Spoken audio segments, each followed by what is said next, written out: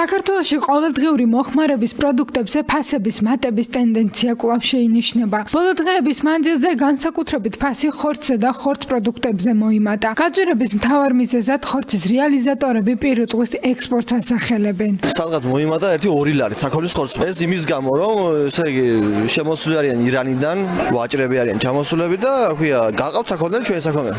და ამიტომ მოიმატა ფასები. რო ვიხდიდი ახლა სიტყვაზე ცხადარ რო ვიხდიდი ხორცში, ეხლა ვიხდით 11 ლარს.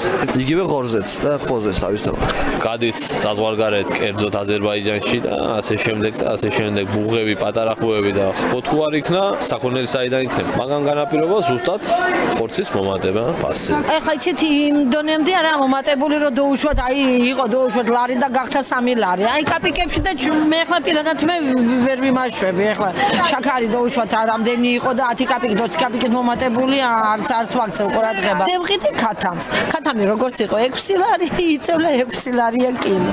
მომხმარებლები აცხადებენ, რომ სურსათზე ფასები კატასტროფულად არის გაზრდილი და მათ ელემენტარული შეძენის საშუალებაც არ გააჩნიათ. ფასები გაზრდილია და იფასიც რო იყვეს, ახლა იმნაირ მდგომარეობა იმასაც ვერ ყიდულობს და მომატებული, რა თქმა უნდა, ახლა ძალიან გვიჭერს ხალხს, ძალიან გვიჭერს. ჩვენ მაგალითად ამას ცხოვრება არ ქვია. როგორც ყიდულობდი ისე არის, მე მგონი ჯერჯერობით ასეა. ცოტა მომატებულია. თვითონ ამბობენ არ ფიცავენ მომატებული რო რა თუნდა მაგას ვინ არ იცის, მაგრამ მომატებული კი არა კატასტროფული მდგომარეობა. მომატებული, ბაბა რა 13 ლარი ხორცი რატომ ნაყიდეს? არ უნდა ვიყიდოთ ხორცი რა და აუცილებელია რომ მივიღოთ და ვერ ვყიდულობ. როგორ არა მომატებული, ყველაფერზე მომატებული. ყველაფერი მომატებულია. წამლები ვერ ვყიდულობ წამალს.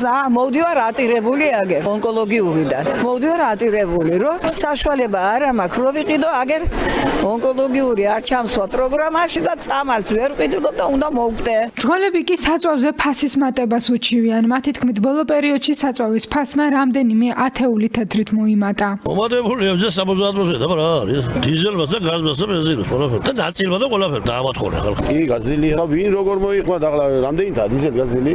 დიზელი 50 ახლო 30%. გაზი ლარი და 19 იღებს და ლარი და 45 იღებს ამ წუთში. გაზდილია როგორ არა? გაზია მომატებული ყველაფერზეა. იმადა სააკაშვის უზახოდი და დააქცია ხალხს ფული წარდო და ამა ყველა წარდო. მოიმატა, ვიბა რა აქნა, ყველაფერმა მოიმატა და გაძვირდა ყველაფერი, აბა. საწვავი რა იყო, ლარით ბავშვი უკვე 80 84-ით გაძვირდა უკვე. ახალი წლიდან რა გერ. ყველაფერი, გაზი რო გაზია, მანქანის გაზი, ლარი და 50 იღებს. მე მგონი მოიმატა, ლარი და 90 ვაძლევდა და 2 ლარი და 15 თეთრი უნდა ახლა ბენზინს. რადიო ძველ ქალაქთან ფასების მატების სხვადასხვა ფაქტორებზე ახალგაზრდა ეკონომისტთა ასოციაციის ქუთაისის ორგანიზაციის ხელმძღვანელი ლევან ოყრეშიძე საუბრობს. ძირითადი ფაქტორი, რომელმაც განაპირობა ფასების და არის მოგეხსენება აქციზური მარკების და აქციზური გადასახადის ზოგადად ზრდა.